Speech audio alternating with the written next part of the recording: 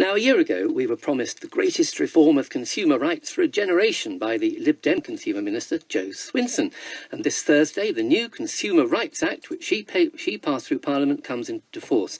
It will clarify and extend the rights of shoppers and others and introduce new procedures about how complaints are dealt with. But those are not quite what many had hoped for.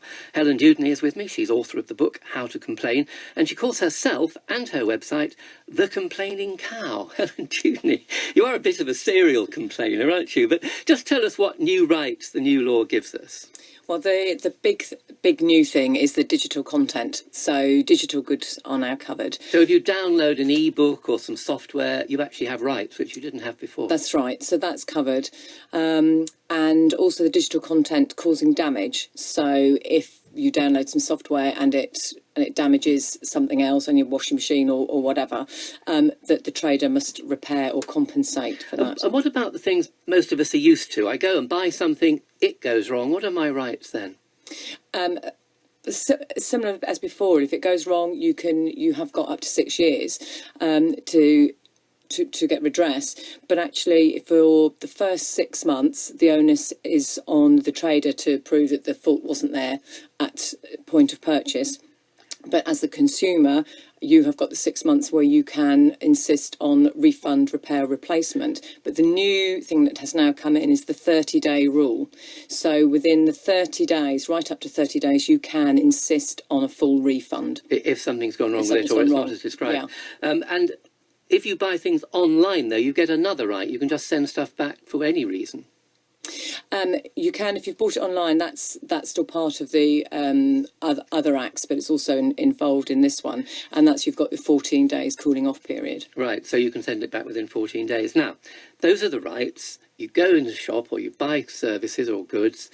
You think there's something wrong with them. The trader says, "No, I'm not going to do anything about that." What new thing can you do from the 1st of October? Well, I wouldn't say so it's new, because you were still able to go to an ombudsman or mediation and could still go to court.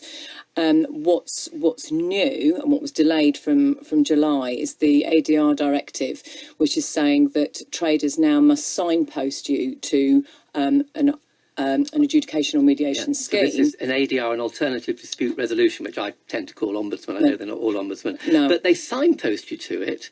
But they don't necessarily have to use it. They can ignore it. Yes. What we were expecting at one time was that, in fact, everyone would have to sign up to an ombudsman service that they agreed to be bound by.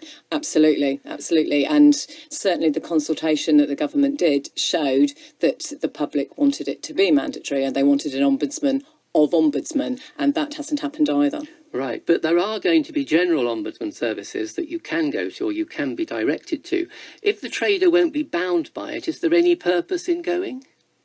I would say probably not, because you're probably easier going to court, although that involves cost, whereas an ombudsman service doesn't. Yes, I mean, it is a bit of a, I think you call it an ombud shambles, because it's a bit of a mess. Consumers are going to be confused about this, do you think? Certainly, I think one of the other things that will be confusing is that anyone can set up as an ombudsman service, so there could be lots. There's 3 for property already, there's one for retail, there's one for everything else and the consumer, and so they're going to be so more, OK, so some confusion ahead. Helen Dewdney, thanks. And there's more on Helen's website, links on ours. We tried to get a minister to talk to us, none was forthcoming. In a statement, the Department for Business said alternative dispute resolution offers a cheaper and quicker alternative, and the government consulted on making it mandatory, but that showed it would come at a cost to business, which would be passed on to all consumers in higher prices. That's it. More information, Moneybox website, bbc.co.uk/Moneybox.